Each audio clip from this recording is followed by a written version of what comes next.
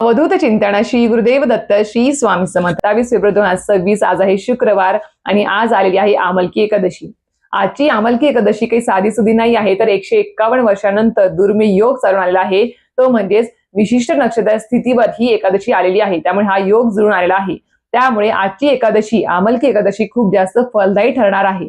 आता आमलकी एकादशी असेल किंवा कुठल्याही महिन्यातली एकादशी तिथी असेल, ही खूप जास्त प्रभावी असते। भगवान विष्णूंना आणि भगवान विठ्ठलांना ही समर्पित तिथी असते। त्यामुळे या दिवशी किंवा प्रत्येक महिन्याच्या एकादशीला आपण भगवान विष्णू असेल, भगवान विठ्ठल रुक्मिणी असेल यांची विशिष्ट पद्धतीने आराधना करणे, अभिषेक, स्तोत्र, मंत्र पठण करणे किंवा नामस्मरण करणे या सर्व गोष्टी नक्कीच केल्या पाहिजेत, कारण की त्या विशिष्ट फलदायी ठरत असतात आपल्यासाठी। त्यातल्या त्यात आजची एकादशी जी आहे आमलकी एकादशी ही खूप जास्त विशिष्ट दुर्मिळ योगावर आल्यामुळे खूप जास्त फलदायी ठरणार आहे। आजच्या दिवशी जर आपण विशिष्ट उपाय तोडगे किंवा आपल्या ज्या इच्छित मनोकामना पूर्तीसाठी जर आपण जे काही उपाय तोडगे किंवा सेवा करताल त्या खूप लवकर त्वरित फलप्राप्ती देणाऱ्या ठरणार आहेत। त्यामुळे आजच्या दिवशी म्हणजेच आमलकी एकादशीला संध्याकाळी किंवा रात्री आपला कणकेच्या दिव्याचं दीपदान करायचं आहे विशिष्ट ठिकाणी। आणि तो दिवा कशा पद्धतीने असावा, कशाचा दिवा लावा, म्हणजे कशाचा तो दिवा असावा, म्हणजे तेलाचा की तुपाचा की मोहरीच्या तेलाचा असावा, हे तुम्हाला आजच्या व्हिडिओ सांगणार आहे। सोबतच कुठल्या ठिकाणी आपल्याला या कणकेत दिवस दीपदान करायचं आहे, हे कारण की या दिव्याच्या कणकेत दिव्याच्या दीपदानामुळे तुमच्या आयुष्यामध्ये खूप मोठे फायदे तुम्हाला होणार आहेत। या दीपदान केल्यामुळे ते फायदे पण तुम्हाला आजच्या व्हिडिओमध्ये शेवटी मी सांगणार आहे। पण नक्कीच आजच्या दिवशी आज आमलकी एकादशीला संध्याकाळी कणकेत दिव्याचं दीपदान करणे विसरायचं नाही आहे, खूप जास्त प्रभावी ठरणार आहे। तर नक्कीच व्हिडिओ पूर्ण बघा, जेणेकरून तुम्हाला संपूर्ण माहिती व्यवस्थित कळेल। तर मंडळींनो, तुम्हाला सांगितल्याप्रमाणे आमलकी एकादशीची अक्षय पुण्य प्राप्त करून देणारी एकादशी मानली गेली आहे। सोबतच 151 वर्षानंतर दुर्मिळ योगावर स्थितीवर ही आलेली आहे, नक्षत्रावर आलेली आहे। त्यामुळे तुम्ही जे काही छोट्यातले छोटे किंवा मोठ्यातले मोठे उपाय तोडगे सेवा करताल ते त्वरित फलप्राप्ती तुम्हाला देणारे ठरणार आहे। आता आमलकी एकादशीच्या दिवशी आपल्याला सांगितल्याप्रमाणे किंवा विशिष्ट पद्धतीने प्रत्येक महिन्याच्या एकादशीला तुम्हाला आपल्या देवघरामध्ये बघा बाळकृष्णाची मूर्ती असते, भगवान विष्णूंची मूर्ती असेल किंवा भगवान विठ्ठलांची मूर्ती असते, त्यावरती प्रत्येक महिन्याच्या एकादशीला आपला अभिषेक झालाच पाहिजे। मंत्र स्तोत्र त्यांचे पठण करायचे आणि अभिषेक नक्कीच करावा। हे असतात योग। आणि कसं असतं, फक्त सेवा मंत्र स्तोत्र पठण करून पण जमत नाही, त्यांचा त्या आपल्या देवघरात ज्या काही मूर्ती असतात त्याच्यामध्ये विशिष्ट ऊर्जा निर्माण करणं सुद्धा खूप गरजेचं असतं। त्यामुळे त्यांच्या विशिष्ट तिथीवर जर आपण त्या मूर्तींवरती जर आपण अभिषेक केला मंत्र स्तोत्र पठण करून, तर नक्कीच ती ऊर्जा मोठ्या प्रमाणात कार्यान्वित होते आणि ती ऊर्जा आपल्याला देखील प्रदान होत असते। त्यामुळे नक्कीच विशिष्ट तिथीवर आपल्या घरातल्या देवघरातल्या मूर्तींवर टाकावर असेल अभिषेक करायला विसरायचं नाही आहे, मंत्रसूत्र पठण करून। आता आपल्याला सांगितल्याप्रमाणे तुम्हाला आज आमलकी एकादशी आहे, तर आज संध्याकाळी तुम्हाला विशिष्ट पद्धतीने कणकेचा दिवा तुम्हाला दीपदान करायचा आहे किंवा दिवा लावायचा आहे। तो कशा पद्धतीने लावायचा आहे, तर सगळ्यात महत्वाची गोष्ट पहिले तुम्ही विचार करता कणकेचा दिवा का लावायचा आहे, कारण की कणकेचा दिवा जो आहे तो आपल्या शास्त्रामध्ये खूप जास्त मोठ्या प्रमाणात तो शुद्ध दिवा मानला गेला आहे, सोबत त्वरित मनोकामना पूर्ती करणारा दिवा मानला गेला आहे। त्यामुळे आपल्याला विशिष्ट पद्धतीने तो आज आपल्याला दीपदान त्या कणकेच्या दिव्याचं करायचं आहे संध्याकाळी।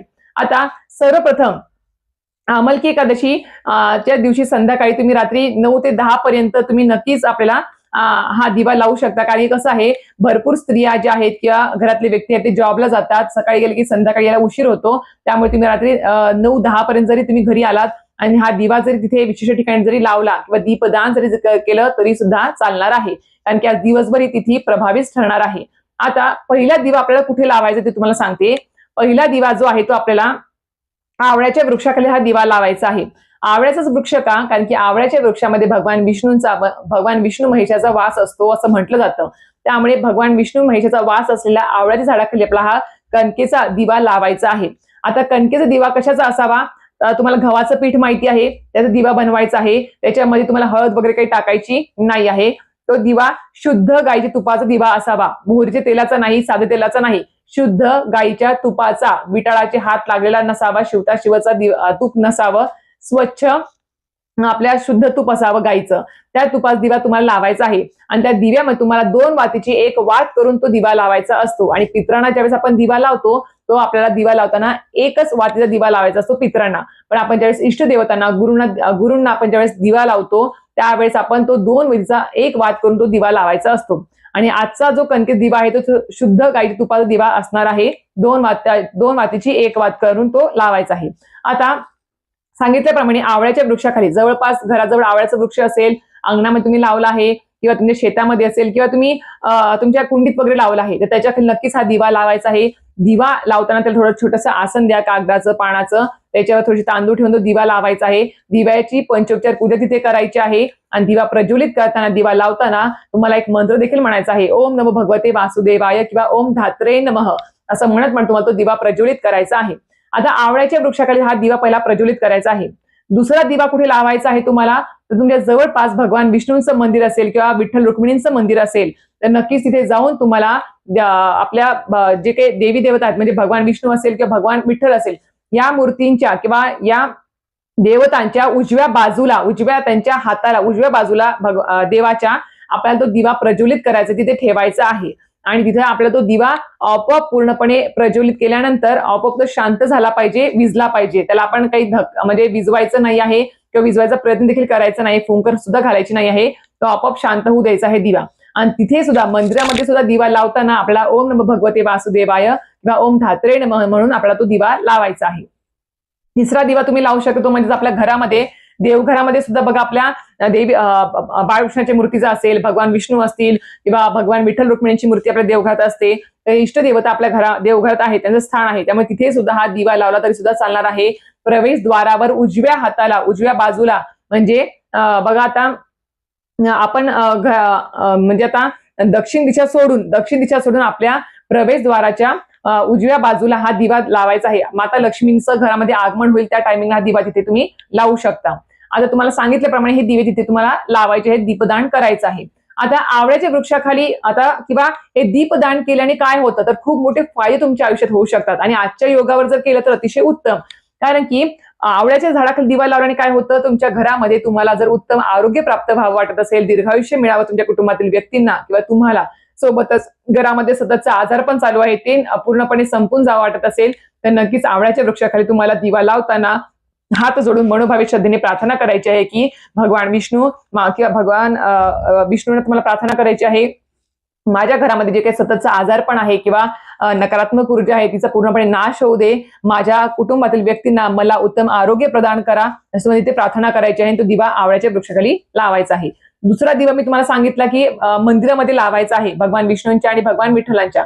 तर तिथे दिवा का लावायचा आणि दिवा लावल्याने काय होईल, तर नक्कीच तिथे दिवा लावताना तुम्हाला एक प्रार्थना करायची हात जोडून की भगवान विष्णूंना किंवा भगवान विठ्ठलांना तुम्हाला की माझ्या कुटुंबातील व्यक्तींना किंवा मला आमच्या करिअरमध्ये, आम्हाला आमच्या करिअरमध्ये असेल किंवा मुलांच्या करिअरमध्ये असेल, व्यवसाय उद्योगधंदा जे काही तुमचं असेल त्याच्यामध्ये जे काही अडथळे आहेत ते दूर होऊ देत आणि आम्हाला भरभरून यश मिळू देत, माझ्या पतीची मुलांची भरभराट होऊ देत, प्रगती होऊ देत, असं तुम्हाला तिथे हात जोडून प्रार्थना करायची आहे.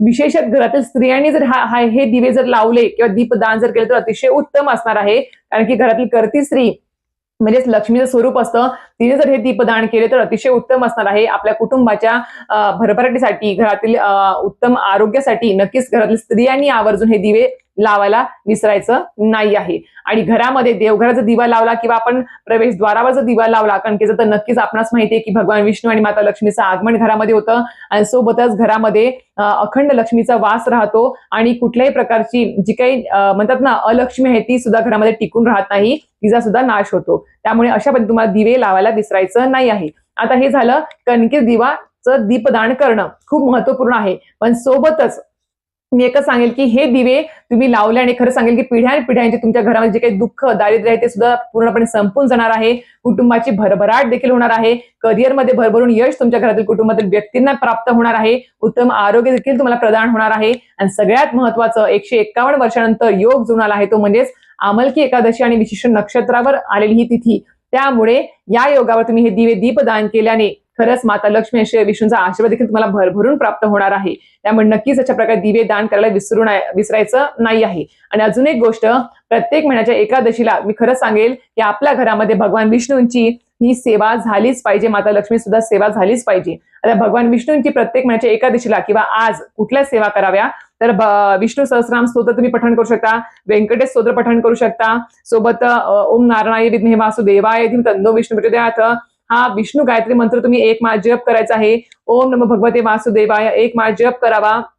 आणि सोबतच घरामध्ये आज म्हणजे प्रत्येक महिन्याच्या एकादशीला किंवा आज दिवसभरामध्ये रात्री पर्यंत तुम्ही घरामध्ये श्री संक्षिप्त भागवत कथा जी आहे ती पोथी तुम्हाला पठण करायची आहे, पूर्णपणे तिचा पाठ घरामध्ये करायचा आहे. कारण की जर तुम्हाला तुमच्या कुटुंबाला प्रखर पितृदोष असेल तर नक्कीच मी सांगेल की आपल्या प्रत्येक महिन्याच्या एकादशीला घरामध्ये संक्षिप्त भागवत या पोथीचं वाचन झालंच पाहिजे. कारण की पुरुषांना एका घराचाच त्यांना पितृदोष असतो, पण महिलांना माहेर आणि सासर दोन्हीकडचा प्रखर पितृदोष असतो. त्यामुळे नक्कीच घरातल्या स्त्रियांनी आवर्जून आपल्या घरामध्ये प्रत्येक महिन्याच्या एकादशीला संक्षिप्त भागवत 700 श्लोकी जी पोथी आहे, जी आपल्या दिंडोरी स्वामी समर्थ केंद्राप्रमाणे आपल्याला मिळते, ती नक्कीच मी त्याचा घरच्या घरी पाठ करावा. प्रखर पितृदोषावर सगळ्यात शेवटचा रामबाण उपाय सांगितला गेलेला आहे. त्यामुळे या सेवा देखील करायला विसरायचं नाही आहे. तर अशा प्रकारे तुम्हाला आजच्या व्हिडिओतली माहिती आणि व्हिडिओ आवडला असेल तर नक्कीच लाईक, शेअर, सबस्क्राईब करायला विसरू नका. श्री स्वामी समर्थ.